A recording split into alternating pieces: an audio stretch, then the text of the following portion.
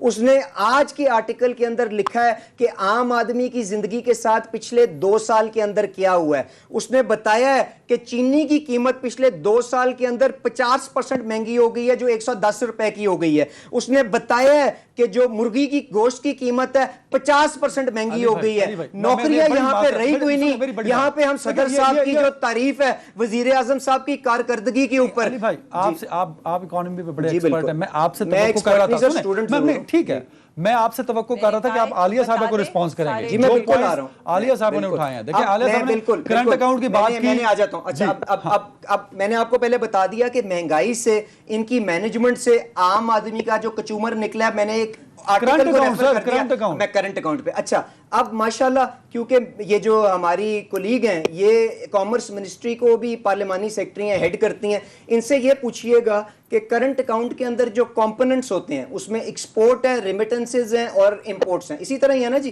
ان سے پوچھئے گا کہ پچھلے 2 سال جو ان کے کمپلیٹ ہوئے ہیں ان میں سے کوئی 1 سال ایسا ہے جس کے اندر انہوں نے ایکسپورٹ کو جو ہم ان کو ہینڈ اوور کر کے گئے تھے اس سے زیادہ کیا ہو. نہیں ہے. اگر یہ امپورٹ کو اپنی اکانومی کا گلا گھوٹ کے تیل کی قیمتیں سستی ہونے کا بینیفٹ اپنے کھاتے میں ڈالنا چاہتی ہیں تو ڈال لیں, کیونکہ کرنٹ اکاؤنٹ بڑا زیادہ کم ہوا ہے. ایکسپورٹ بڑھنے سے ہوا ہے کہ نہیں ہوا. نہیں میری عرض سن لینا, اب انہوں نے 2-4 باتیں کی ہیں, پر جو انہوں نے اچھے کام کیے ہیں میں آپ کو ان کا جواب ضرور دیتا ہوں. ان کو شاباش دیں, انہوں نے پی آئی اے کو انٹرنیشنل ایئر لائن سے ڈومیسٹک ایئر لائن میں کنورٹ کر دیا ہے. ان کو مبارک دیں جو ان کے اکنامک ایڈوائزری کاؤنسل کے ممبر عابد سلیری صاحب نے کل نیوز اخبار کے اندر لکھا کہ ہمارا ملک نمبر 1 آیا ہے اس چیز کے اندر کہ جب کرونا کی وبا آئی تو جو نیا لون آئی ایم ایف سے لینا تھا ہم نے سب سے پہلے جا کے لیا. ان کو مبارک دیں اس چیز کی کہ جو ہم نے 5 سال کے اندر 10,000 ارب کا قرضہ لیا, 12,000 میگا واٹ بجلی لگائی, موٹر ویز بنائی, سب کچھ کیا. انہوں نے 21 مہینے کے اندر وہ قرضہ کیا. یہ 170 نمبر صفحہ ہے اکنامک سروے کا. ان سے پوچھیں ان کے اوپر, ان سے پوچھیں حفیظ شیخ صاحب نے کدھر کر دیا 5,500. جولائی کی بات, جولائی 2020. میرے بھائی آپ اتنے قابل آدمی ہو, 1 مہینے کی پرفارمنس کے اوپر تنکے پکڑنے سے ہم نے بات کی. ان سے پوچھیں پچھلے 2 سال کے اندر, عامر بھائی یار سنیں, پچھلے 2 سال کے اندر 1 سال یا 1 مہینہ بتا دیں جو انہوں نے ٹیکس ریونیو کلیکشن ہمارے جو ٹارگٹ سے بڑھائی ہو. زیرو. باتیں ان سے ٹی وی پہ جو مرضی کرا لیں, بد اخلاقی ان سے جو مرضی کرا دیں, بولنا انہوں نے کسی کو دینا نہیں, کرا ان سے کو جاتا نہیں. اچھا بریک لیں. عامر بھائی میرے پاس صرف 30 سیکنڈز ہے, میں چاہ رہا ہوں بریک لے لوں. بریک کے بعد عامر صاحب سے پوچھوں گا کہ وجہ کیا ہے, اپوزیشن بیٹھنا کیوں نہیں چاہتی حکومت کے ساتھ. ایک بریک.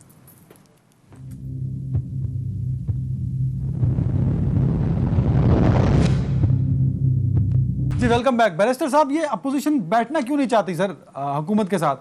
حکومت کی لاکھ غلطیاں ہوں گی سر, لیکن اپوزیشن کو بھی چاہیے کہ وہ ووٹ لے کے گئی ہے, ان بینچز پر ضرور بیٹھے جہاں بیٹھ کے اپنا احتجاج ایٹ لیسٹ ریکارڈ کرا سکتی ہے, بجائے اس کے کہ پارلیمنٹ سے باہر واک آؤٹ کر دیا جائے ہر دفعہ. سر دیکھیں اپوزیشن ہی تو بیٹھی ہوئی ہے اور اپوزیشن ہی بیٹھنا چاہتی ہے. سوال تو آپ کو گورنمنٹ سے کرنا ہے. وہ پرائم منسٹر جو کہتا تھا کہ ہر بدھ کو میں جواب دیا کروں گا, کدھر ہیں؟ بہت سے بدھ گزر گئے, وہ تشریف ہی نہیں لاتے ہیں. جب اپوزیشن سے پہلے اس قسم کی زبان درازی کرواتے ہیں اپنے اراکین سے, اپوزیشن واک آؤٹ کرتے ہیں تو پھر وہ آگے تقریر فرماتے ہیں. دیکھیں ابھی عالیہ صاحبہ نے کچھ باتیں کی, بڑی ضروری تھی. آپ نے ان سے اکانومی کا پوچھا تو انہوں نے ٹریڈ ڈیفیسٹ کا بڑا فخریہ انداز سے اعلان کیا. لیکن جو ٹریڈ ڈیفیسٹ ہوتا ہے یہ جو امبیلنس امپورٹس کا اور ایکسپورٹس کا ہے اس سے ہوتا ہے, بڑھتا ہے. ہماری امپورٹس بہت زیادہ تھی, ایکسپورٹس بہت کم رہی ہیں پاکستان کی, یہ امبیلنس تھا. اب یہ کوئی ٹریڈ ڈیفیسٹ انہوں نے بہتر نہیں کیا, اصل میں امپورٹس ختم ہو گئی ہیں. ایک تو ملک کے اندر کوئی کاروبار امپورٹ نہیں کی جا رہی, پہلی وجہ یہ ہے. سیکنڈ وجہ یہ ہے کہ لوگوں کی قوتیں خرید نہیں ہیں. اب کوئی امپورٹنٹ چیز لوگ برداشت نہیں کر پا رہے ہیں, خرید نہیں پا رہے ہیں. اچھا ہو گئی ہیں, بالکل پیچھے چلی گئی ہیں. ادروائز ایکسپورٹس نہیں ہوا, کمی ہوئی ہے. مجھے حیرت ہوتی ہے کہ ہر لوگ ہر چیز کریڈٹ لینے کا اجازت ہے, اس میں حیرانگی. ابھی انہوں نے موڈیز کا کہا, موڈیز ان کی تعریف کرے گا, میرے مودی آج ان کی تعریف کر رہا ہے. انہوں نے ٹویٹ سلطان بن کی تقریر جتا تھا, ٹیپو سلطان ادھر سے اٹھے گا تو مسئلہ بن جائے گا. انہوں نے پوری اپنی فورن پالیسی چلائی ہے ٹیپو سلطان بن کے. اچھا ہمیں شرم آتی ہے عدنان صاحب, اس وقت مجھے 2 دن باتیں کرنے دیں. جب ہمارے آرمی چیف کو اور ہمارے دوسرے آرمی بیرسٹر صاحب آپ کا کنیکشن کا پرابلم آ رہا ہے, سر کو کال پہ لے لو یار, اسکائپ پر پرابلم آ رہا ہے. میں مینوائل عالیہ صاحب اگر جلدی سے رسپانس کر دیں صرف 1 منٹ کا, کیونکہ میں نے واپس بیرسٹر صاحب کی جانب جانا ہے, اگر ان کا جی میری کنیکشن ٹھیک ہو جائے تو. جی عالیہ صاحب. میں 1 منٹ کا جی کیسے رسپونڈ کر دوں جب اتنی لمبی چارج شیٹ میرے اگینسٹ ہے. ابھی انہوں نے بات کی ہے, مجھے یہ سمجھ میں نہیں آتی ہے کہ ہم بات کیا کر رہے ہوتے ہیں. کیا ہماری ووٹ, میں نے ابھی یہ ذکر کیا تھا, دوبارہ میں فگرز میں بتا دیتی ہوں کہ انڈیا کی جولائی کے اندر ایکسپورٹ ہے -10.9%, ٹھیک ہے, بنگلہ دیش کی 0.59% اور پاکستان کی ہے 6%. تو یہ مطلب یہ کوئی فارسی تو ہے نہیں کہ جسے میں بار بار بتا رہی ہوں. اور جب یہ ٹریڈ ڈیفیسٹ کی بات کرتے ہیں تو انہوں نے ہمیں جو اکانومی دی تھی that was an import economy. آپ امپورٹ اکانومی دیٹ مینس کہ آپ لوکل انڈسٹریز بند کرا دیں, باہر سے آپ سب کچھ خریدنا شروع کر دیں اور اس کے بعد وہ یہاں پر لا کر, یہ انہوں نے ہمارے ساتھ کیا. جب ہم لوگ آئے تو ہم نے ان امپورٹس کو, لگژری آئٹمس کی امپورٹ کو ریسٹرکٹ کیا. ایک جو مت جو میں بار بار یہ سنتی ہوں کہ جی ہماری امپورٹس, ہاں ہم نے امپورٹس کو کنٹرول کیا, اپنی ایکسپورٹس کو بڑھایا, ہم نان ٹریڈیشنل مارکیٹس کے اندر گئے, ہم نان ٹریڈیشنل چیزوں کی ایکسپورٹ میں جا رہے ہیں. فروٹس لے لیں, ویجیٹیبلز لے لیں, میٹس لے لیں, فش لے لیں. آج آپ یہ دیکھ لیں کہ آپ کا فارماسیوٹیکل آپ کے افریقہ کے اندر جا رہے ہیں. تو یہ وہ چیزیں ہیں کہ جو اپوزیشن کو سمجھنے کی ضرورت ہے.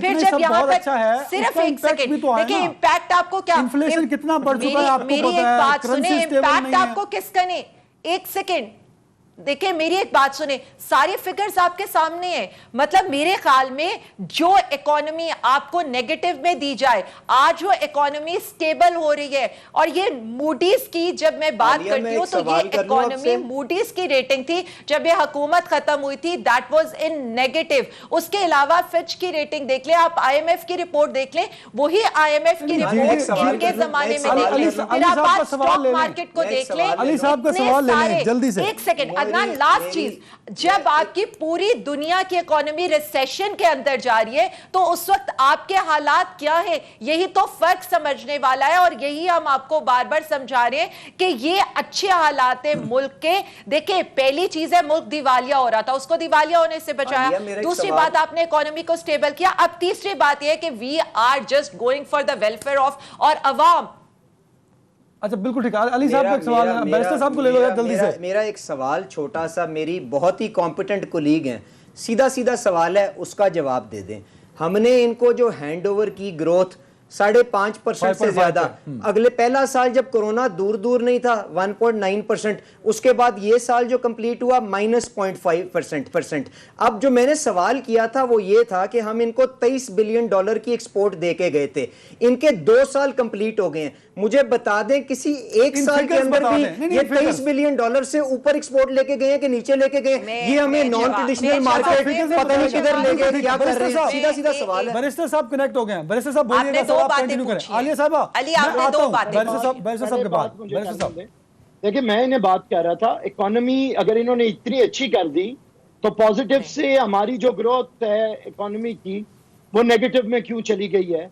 اور دوسری ٹھیک ہے یہ موم ڈیڈ اکانومی بڑی اچھی ہوگی برگر اور بوتل شوتل کوئی, لیکن یہ نیچے کے حالات میں جا کے ذرا دیکھتے ہیں اور پھر انہیں پتا چلے کہ عمران خان صاحب اس وقت فرمایا کرتے تھے کہ مجھے یہ فگرز نہ بتائیں, مجھے یہ بتائیں کہ عام آدمی کے حالات اس وقت کیا ہیں. بالکل ٹھیک. آٹا 100 گنا مہنگا ہے اس وقت, چینی 100 گنا مہنگی ہے. ان کے اپنے کمیشن کے مطابق کوئی بھیدی, کوئی گھر کا بھیدی 300 ارب روپیہ لوٹ کے بھاگ گیا, انہوں نے کچھ نہیں کیا, یہ خاموش رہے. میرا سوال ان سے یہ ہے عدنان صاحب کہ ہمارے آرمی کے آفیسر معتبر ہیں, ان کی بیرون ملک ساکھ ہے, کیوں آرمی چیف کو UAE جانا پڑتا ہے, سعودیہ جانا پڑتا ہے, US جانا پڑتا ہے. یہ جو پریزیڈنٹ صاحب ادھر بھاشن دینے آئے تھے, تنخواہ لیتے ہیں, یہ کس مرض کی دوا ہے؟ ذرا یہ بات چلے جایا کریں, پاکستان کا مقدمہ لڑ لیا کریں. ہمارے آرمی چیف کو رہنے دے سرحدوں کے اوپر, انہیں آپ سیاست کے کام نہ کروائیں, انہیں پہلے بڑے کام ہیں, وہ دہشت گردی کے خلاف جنگ لڑ رہے ہیں, انہیں انڈیا کے خلاف ایک ایگریشن کا سامنا ہے, تو آپ اپنا کام خود کریں. دوسری بات یہ ہے کہ ابھی انہوں نے باتیں کی, ان کی حکومت کو 800 دن ہو گئے ہیں, 100 دن کے کچھ وعدے تھے عدنان صاحب, اب انہوں نے جواب دینے ہیں, ہم سے سوال نہیں کرنے. 100 انہوں نے دن یہ کہا نہیں تھا بتایا کہ تھا نا کون سے 100 دن سر, یوں تو نہ کریں بیرسٹر صاحب آپ. مجھے بات کرنے دیں, میں جواب پہلے دیتی ہوں. 100 دن, پہلے 100 دن, پہلے مجھے پوری بات کر لینے دیں جی.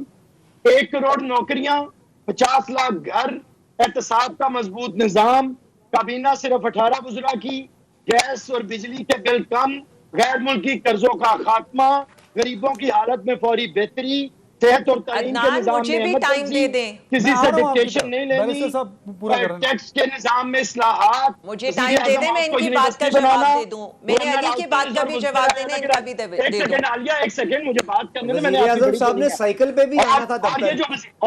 اور جو صدر پاکستان تھے وہ کہتے تھے میں نے پارلیمنٹ لاجز میں رہنا ہے, انہیں بھی کوئی ایک بلاک میں کمرہ دے دیتے.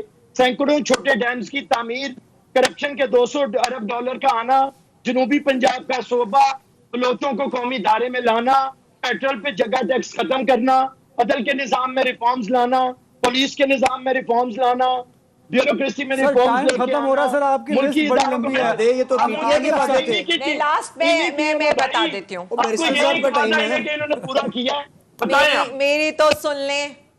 آپ کی ہم نے 2 سال سنتے رہے ہیں, آپ کچھ بڑی کر کے انہوں نے دکھائیں. چارج شیٹ کی, مجھے بڑا اچھا لگا, بڑی چارج شیٹ کی. 12 سال سے ان کی حکومت تھی, نالوں کی صفائی کرنے فوج کو آنا پڑتا ہے. باقی اگر ہم نے کراچی صاف کرنے تو حکومت کو کرنا پڑتا ہے, کہ الیکٹرک کے بل ہمیں دینے پڑتے ہیں, کتے کی ویکسین ہمیں دینی پڑتی ہے. یہاں پر پشاور میں بی آر ٹی کمپلیٹ ہو گئی, وہاں پر بسیں نہیں ہیں سندھ کے اندر. یہاں پر پشاور میں آج ہر ایک خاندان کو ہیلتھ کارڈ مل گیا.